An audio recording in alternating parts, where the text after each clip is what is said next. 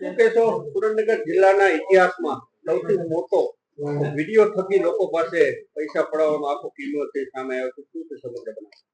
સુરેન્દ્રનગર જિલ્લા ડીઆઈજીપી શ્રી ડોક્ટર ગિરીશ પંડ્યા સાહેબના જિલ્લામાં આવેલ અસામાજિક તત્વોને પકડી પાડવા માટે તેમજ ગુનાહિત પ્રવૃત્તિ અટકાવવા માટે સુરેન્દ્રનગર જિલ્લા પોલીસને ખાસ સૂચના અને માર્ગદર્શન આપવામાં આપેલ.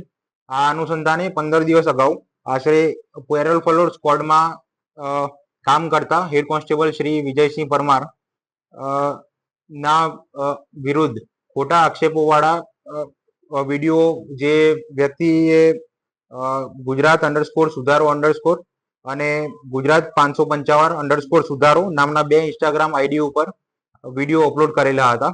આ ખોટા આક્ષેપો વાળા વિડીયો હતા. આ અનુસંધાને સુરેન્દ્રનગર સિટી એ ડિવિઝન પોલીસ સ્ટેશનમાં ગુનો દાખલ કરવામાં આવેલો હતો. આ ગુનો બીએનએસ કલમ 248A 336(4) 308(2) અને 340(2) મુજબ નોંધવામાં આવેલો હતો. આ કારણોસર અલગ અલગ ટીમ બનાવવામાં આવેલી હતી. તેથી એસઓજી, એલસીબી અને પેરોલ ફોલો સ્ક્વોડે આ જે ઈસમ છે યોગેન્દ્ર ઉર્ફે બકરો અતુલભાઈ સોલંકીને પકડી પાડેલો હતો.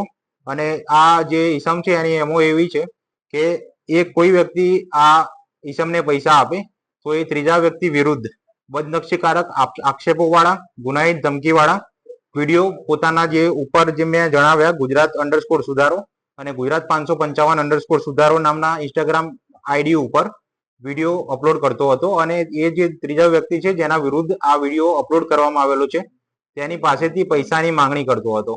અને આ કારણે આ વ્યક્તિ જ્યારે પકડવામાં આવેલો છે પેરોલ ફોલો સ્ક્વોડ અને એલસીબી એસઓજી ટીમ દ્વારા, ત્યારે તેના મોબાઈલની સ્ક્રુટિની કરવામાં આવી રહી છે. આ મોબાઈલ કુલ 2 મોબાઈલ કબજે કરવામાં આવેલા છે અને એમાં લગભગ 500 જેટલા વિડીયો તેના અલગ અલગ હેન્ડલ ઉપરથી તથા તેના મોબાઈલમાં પણ મળેલા છે. આ 500 વિડીયોમાંથી 100 જેટલા વિડીયોની સ્ક્રુટિની હાલ કરવામાં આવેલી છે. 400 જેટલા વિડીયોની સ્ક્રુટિની હજુ બાકી છે.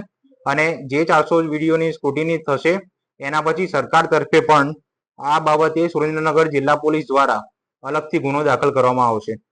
અને આ જે પણ પ્રકારે જે એમઓ બહાર આવી રહી છે એ અંતર્ગત સુરેન્દ્રનગર જિલ્લા પોલીસ વતી સુરેન્દ્રનગરની જાહેર જનતાને અપીલ કરવામાં આવે છે કે જો કોઈ આવા કોઈ લોકો કે જેના આ જે ઈસમ છે યોગેન્દ્ર ઉર્ફે બકરો એને જો વિડીયો બનાવી તેઓની પાસેથી પૈસાની માંગણી કરેલ હોય અથવા તો પૈસા આપેલ હોય તો તેઓએ પોલીસનો સંપર્ક કરવો.